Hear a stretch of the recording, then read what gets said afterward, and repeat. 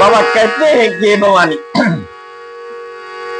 समय काल परिस्थितियां ये परिवर्तित होते रहते हैं। एक के समय की कथा है कि त्रेता युग में निशाचरों की घनघोर निशाचरी प्रवृत्तियों के कारण धरती बोझिल हो गई थी। संत दुखी हो गए थे। सब प्रभु की निहार रहे थे कि कब भगवान का आगमन होगा और इन निशाचरों का समापन होगा और धर्म युग का आरंभ होगा। धर्म सिसक रहा था कि महाराज दशरथ को जब सही वक्त आया, राम जी की कृपा हुई, तो दशरथ के मन में विचार आते हैं। बाबा कहते हैं कि महाराज दशरथ अपने कुल के विख्यात और परंपराओं में, देवताओं में धरा से लोक लेकर के देवलोक तक विख्यात राजाओं में एक थे। 3 दिव्य सुंदर रानियां कौशल्या, कैकेयी, सुमित्रा, सब एक से एक सुंदर आचरण और विचारधाराओं से पुनीत। कमी कि महाराज दशरथ को इन तीनों रानियों में से कोई पुत्र नहीं था। सही समय आ गया तो महाराज के मन में एक विचार उत्पन्न होता है। बाबा लिखते हैं गोस्वामी जी कि कौशल्यादि नारी प्रिया और सब आचरण पुनीत। 3 दिव्य सुंदर आचरण से सुसज्जित महारानियां, जो कि पति के अनुकूल सुंदर आचरण धारण करने वाली, हर कार्य में निपुण, सारे गुणों की धारण करने वाली, तो पति अनुकूल प्रेम दृढ़ हरिपद कमल विनीत। बाबा कहते हैं कि भवानी श्री हरि के चरणों में उनका दृढ़ प्रेम था। कर्म और धर्म से सुंदर गृहस्थ महाराज दशरथ का सुसज्जित था। लेकिन एक बार महाराज दशरथ के मन में बड़ी ग्लानि होती है कि प्रभु ने सब कुछ दिया है मेरे को, यश कीर्ति वैभव सत्ता क्या नहीं मिला है, सब कुछ मिला है प्रभु की कृपा से। बस भवन सुना है, किसी बच्चे की बाल किलकारी नहीं गूंजी आज तक। उदास हो गए महाराज दशरथ।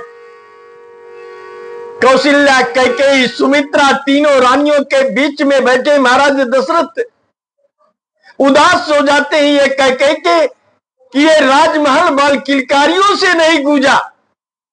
हे कौशल्या, सब कुछ दिया विधाता ने, लेकिन बाल किलकारी से ये भवन सूना पड़ा है। तो बाबा बड़ी सुंदर चौपाई यहां देते हैं कि बार एक की बार भूपति मान माही, एक की बार भूपति मान माही, भई गलानी मोरे सुत नाही। हे कौशल्या, कई जन्मों तक हम एक दूसरे के साथ रहे हैं, धरती पे अवतार लेते रहे हैं, तुम्हारे साथ पूजा पाठ यज्ञ धर्म हर जन्म में हमने किए हैं, लेकिन इस बात का बड़ा दुख है कि आज तक कोई संतान नहीं हुई हमें। तीनों रानियों को लेकर के महाराज दशरथ गुरु वशिष्ठ के यहां पहुंच जाते हैं, अपना दुख अपनी वेदना अपनी गवानी कहने के लिए। तुम्हारा कहते हैं भवानी, गुरु के घर में महाराज पहुंच गए तो गोरी गृह गाए वो तुरंत माही पाला, और चरानी लागी करी बिनाया विशाला। गुरु के आश्रम में पहुंचे और गुरु के चरणों में प्रणाम किए तीनों महारानियों के साथ। अधीर जिसने सब कुछ था, लेकिन गुरु ने देखा कि महाराज दशरथ के चेहरे पे एक गलानी है, एक सिकन है। चक्रवर्ती महाराज दशरथ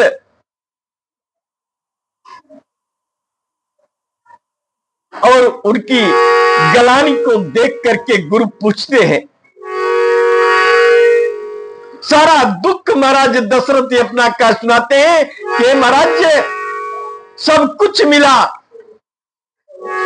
हर जन्म में मिला, ये सुंदर राजमहल बाल किलकारी से नहीं गूंजा।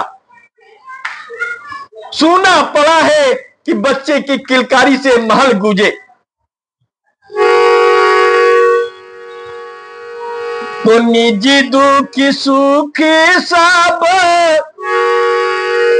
बुराई सुनाए वो, कई वशिष्ठ बहु विधि समझाए वो। गुरु कहते, वशिष्ठ जी कहते हैं कि राजन, वो समय आ गया है कि आपकी अवध, आपका सुना आंगन बाल किलकारियों से गूंजेगा। अब गलानी मत करिए, और समय से पहले राजन कुछ नहीं मिलता। धैर्य रखिए महाराज। गुरु ने जब इतना कहा तो महाराज दशरथ की खुशी की सीमा नहीं। जब गुरु ने कहा कि बाल किलकारियों से ये अवध गूंजेगी, ऐसे बाल से अवध गूंजेगी कि सारा जगत सराहना करेगा। संसार का पवित्र आश्रम, गृहस्थ आश्रम में बाल किलकारियां न गूंजे। तो बाबा लिखते हैं कि धारा हूं धीरा होई है असुत चारी। ए राजन, एक नहीं चार चार पुत्रों से आंगन गूंजेगा।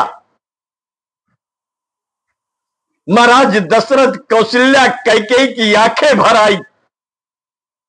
गुरु की भविष्यवाणी सुनकर के उनकी आंखें भर आई। मातृत्व का प्रेम जागृत हो गया कौशल्या में, कैकेयी में, सुमित्रा में। और हर स्त्री की जीवन साथी मिलने के बाद सबसे पहली इच्छा होती है कि मातृत्व सुख से हम संपन्न हो। अद्भुत सुख होता है माता बनने का, जब गोद में कोई बच्चा खेलता है और मां मां करके पुकारता है तो उस मां का हृदय गदगद हो जाता है। तो धरहूं धीर हुई है यसूति चारी, त्रिभुवन विदित भगत भयहारी। और गुरु वशिष्ठ के इतना जब कहा तो महाराज दशरथ आनंद से भर गए। हे भवानी, हे भवानी, महाराज दशरथ आनंद से भर गए, रानियां प्रसन्नता से भर गई कि मेरी अवध बल किलकारी से गूंजेगी। बड़ी सुंदर कथा है भवानी। तो गुरु कहते हैं हे राजन, थोड़ा से कुछ उपाय करने पड़ेंगे। राजमहल में कुछ विशेषज्ञ बुलाने पड़ेंगे जो पुत्र कामेष्टि यज्ञ को संपन्न कराएंगे। और ये कह करके उन्होंने कहा कि सिंगी ऋषि को राजमहल में बुलवाते हैं। संदेश गया सिंगी ऋषि सिंहबेरपुर को, जो पुत्र कामेष्टि यज्ञ कराने में विशेषज्ञ थे। हर संत किसी न किसी तरह का विशेषज्ञ होता था। पुत्र प्राप्ति के यज्ञ कराने में सिंगी ऋषि विशेषज्ञ थे, तो उनका आवाहन किया गया। अवध में उनका आगमन होता है। शुभ यज्ञ करवाया, संपन्न हुआ। आहुतियां दी गई। तीनों रानियों के साथ महाराज दशरथ बैठे। तो सिंगी ऋषि वशिष्ठ बुलावा, अपुत्र काम शुभ जाके करावा। भक्ति के साथ, भावनाओं के साथ, प्रेम के साथ अग्नि को आहुतियां दी गई।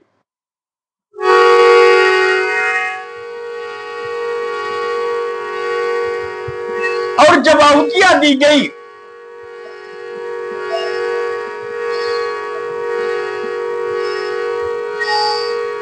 तो हवि व्यास खीर के साथ अग्नि प्रकट हुए, लिए हुए अग्निदेव प्रकट हुए। तो भगति सहिता मुनि आहुति दीने, अप्रगटे अगिना चारु कारुलीने।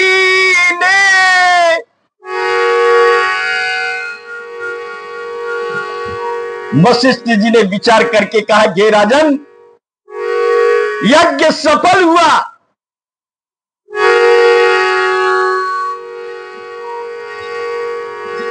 काम सिद्ध हो गया। हे राजन, अब आप जाकर के इस प्रसाद को तीनों महारानियों में वितरित कर दीजिए, दे दीजिए, उनको खिला दीजिए।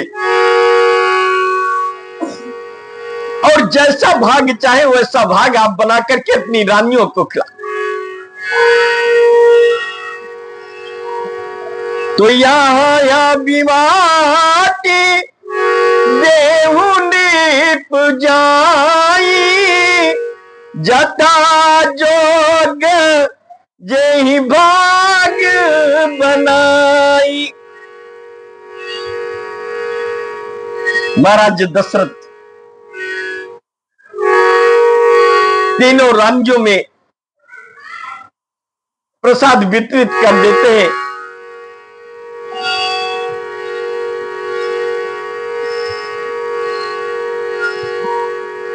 बड़े प्रसन्न मन से महाराज से प्रसाद पाकर के रानियां आनंद से भर गई। बाबा कहते हैं भवानी अयोध्या में खुशी की लहर दौड़ पड़ी।